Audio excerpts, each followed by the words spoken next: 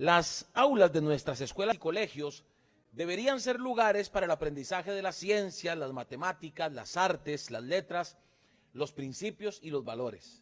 No deberían ser aprovechadas por grupos activistas para tratar de imponer sus agendas y procurar adoctrinar a nuestros niños y jóvenes con ideologías que son contrarias precisamente a los principios que nos han distinguido históricamente a los costarricenses.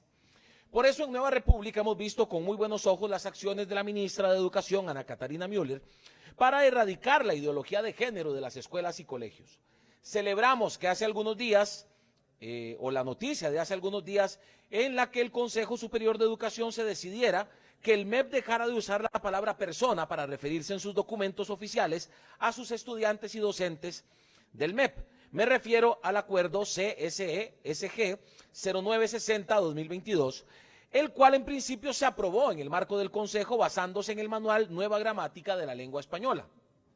Lamentablemente, como todos saben posiblemente, dicho acuerdo fue anulado por el decreto ejecutivo 40.422 del año 2017, que es una reforma al decreto ejecutivo 38.999 denominado Política del Poder Ejecutivo para erradicar de sus instituciones la discriminación hacia la población LGBTI.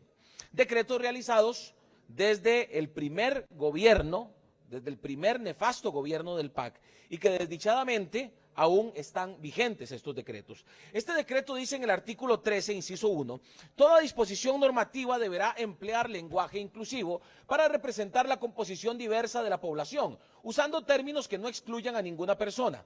Toda referencia al lenguaje sexista deberá rectificarse por lenguaje inclusivo. Los términos servidor, funcionario o acepciones similares deberán leerse como persona servidora o persona funcionaria. Se indica en el artículo citado del decreto ejecutivo 38.999.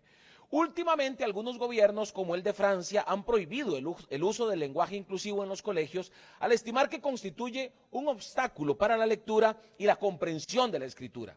Pero estos decretos implican mucho más que un tema de lenguaje inclusivo.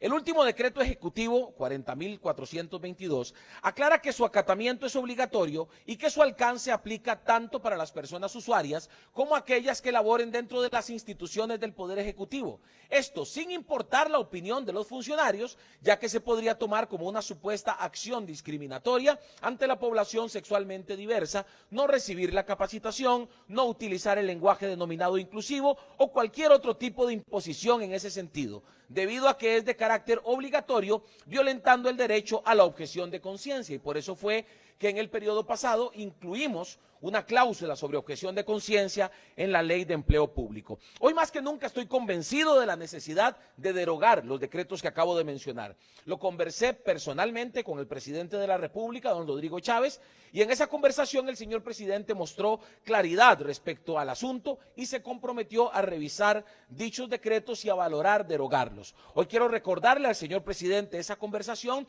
y a pedirle que valore la necesidad y la urgencia de derogar de una vez por todas los decretos que he mencionado, para que la cordura vuelva a cada una de las instituciones y por supuesto al MEP, para la ideología de género o para que la ideología de género no tenga más cabida en los salones de clases de nuestros estudiantes. Tengo seguridad de que saldrán los grupos activistas acusándonos de antiderechos, pero no somos antiderechos. En Nueva República reconocemos los derechos de todas las personas, incluso los que piensan diferente, incluso los que pertenecen a la comunidad LGTBI, pero no hay derecho a imponer sobre los niños y jóvenes una ideología que responde a una agenda política. No se trata de discriminar, se trata de coherencia, compañeros. Nos dirán que la ideología de género no existe porque estos activistas se creen los dueños absolutos de la verdad, pero claro que existe. El diccionario de la Real Academia Española define ideología como un conjunto de ideas y claramente estos grupos activistas tratan de adoctrinar con ideas que riñen con la realidad y la ciencia. Imponer este tipo de pensamientos anticientíficos sobre nuestros niños y jóvenes provoca confusión de identidad, sobre todo si carecen de una fuerte presencia familiar que neutralice este tipo de enseñanzas. Por el bien de nuestros niños y jóvenes, que impere la coherencia, la lógica, la ciencia y los principios y valores en el sistema educativo y en las instituciones públicas. Le recordamos al presidente la necesidad de derogar estos decretos que tanto daño le han hecho a muchas personas en las instituciones públicas.